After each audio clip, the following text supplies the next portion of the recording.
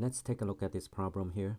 There are two racing cars driven by Chris and Kelly. They're side by side at the start of a race. And here the table kind of documents the velocity of each car at those time. Please keep in mind that it's in miles per hour. Those numbers are in mile per hour. These numbers are in miles per hour. But this t is in seconds, first 10 seconds. So when you do the algebra, you have to keep in mind that they're not the same units. Here this is hour, and here these numbers, they're seconds. So we want to, what do we want to find? We want to estimate how much farther Kelly travels than Chris does during the first 10 seconds. And I just plot a few points because I really don't have to, but just kind of explain what's going on. So here the x-axis, that's the time. There are 10 seconds. And the vertical axis is the velocity. So when time is 0, obviously I made a little mistake there, that they're actually supposed to be start with velocity 0, right? They both start with 0. And then at time 1, the velocity for Chris is 22, so a little bit more than 20. So I'm gonna put that, say 22 there. I'll use the red for the Chris speed. And Kelly, that's 24, a little more than Chris speed. So I'm gonna just put a dots there, and so therefore this is of course the line is just hypothetical line. I just want to connect that so that there are two curves there, and you just, when time t equals 2, you just they have different speed, velocity. Chris is 33, so this is Chris, and this is 36, a little higher than Chris. So I kind of exaggerates that a little bit so that you can see the difference between these two curves, the speed velocity curves. So now, well, what does the area below each curve mean? Because this is velocity and this is the time. So when the area, you look at the if you look at the units, will be velocity times the time, right? Eventually it's the distance travel. So now when we say find the how much farther Kelly travels than Chris, that means we want to find the area between these two curves. We are required to use the midpoint rule, and there are 10 little intervals from 0 to 10. So midpoint means, so suppose we use the first one, this as the midpoint of the first interval. That means, hey, the interval has to be like with 2, right? With 2, and we have a total length 10. So therefore, I'm gonna say we use n equals 5. So now we are so now I think we are ready to find the difference between the distance they travel. So here's the difference. So for the first interval, by the way, these are the intervals that we have. We cut that into 5 intervals, right? So 0 to 2 is the first interval.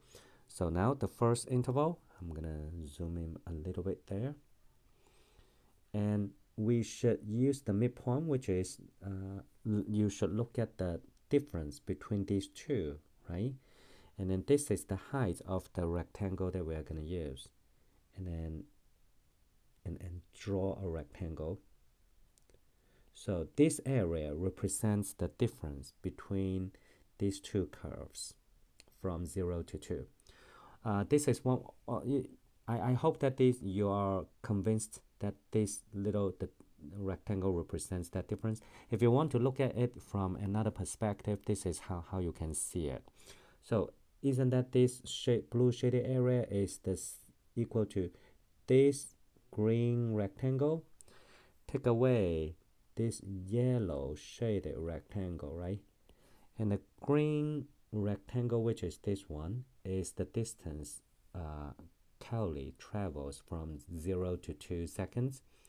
And then the yellow shaded one is, which is below the red one, red curve, is the approximated distance traveled by Chris. So therefore, the difference between these two rectangles, which is the blue shaded area, is the difference between the distances they travel between the time from 0 to 2. So therefore, that will work. We just need to find this one. So similarly, for the next one, so suppose here this is that one, and for Kelly, and this is for say Chris. So for the next one, we are gonna look at this interval from 2 to 4, and then we look at the midpoint. We use that height to form another rectangle, right? So basically, that's what we are doing. We have to do that for every the interval of length 2, and then find the midpoint. So here's what we are going to do. So the therefore difference is, so let's look at the first interval. The first interval, by the way, the width is always 2 seconds. 2 seconds. I'm going to label the units as well. And what about the difference in between these two velocity? It's going to be this minus this. So I need to look at this time, okay? So which points that we are using? We are using 1. That's the midpoint of from 0 to 2. And then the midpoints from 2 to 4. The midpoint from 4 to 6. And the midpoint from 6 to 8. And the midpoint from the 8 to 10, right? So these are the pair of the data that we need to use. So now, the height of the first rectangle should be 22 minus 20, I mean the other way around, 24 minus 22, so 24 minus 22. And what is the unit here? It's supposed to be mile per hour, okay, per hour. So therefore, you cannot just do this algebra directly. You have to convert the units so that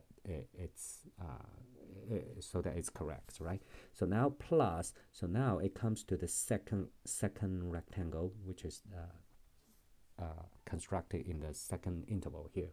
So it's will be still 2, right? 2 seconds. That's why I kind of like factor out my 2 seconds. How about we the width will be always 2. So let's factor it out. And so I'm gonna make a big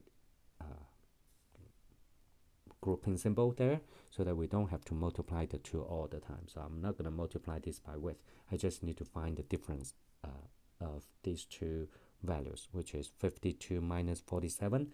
So it will be 52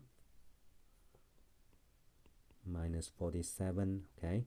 And for the next one will be 69 minus 61, and the very last one actually 2 more, 85 minus 74, and plus the very last one is 99 minus 87.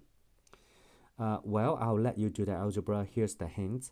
You either convert this into mile per second. So that second and second on the here the second is in the numerator. Here this unit second will be in the denominator. So they will cancel out the units. You end up with mile.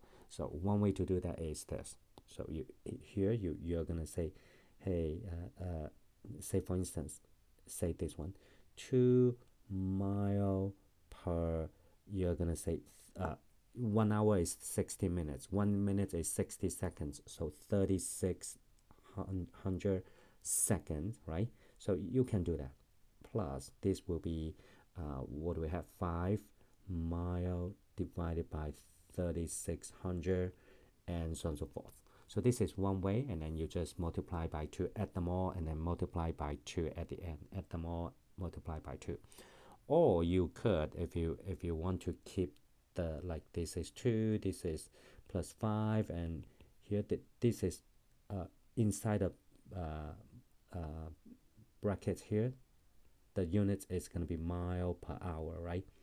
But now you can convert this second into hour. So 2 seconds. So convert that into hour, right? And then you do know 1 hour is equal to 3600 seconds. In other words, 1 second is going to be 1 over 3600 hour, right?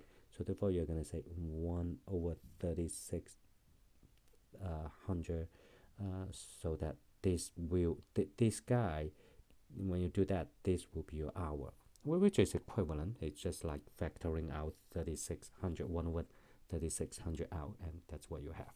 So that's my hints for this particular one. I'll let you finish the algebra.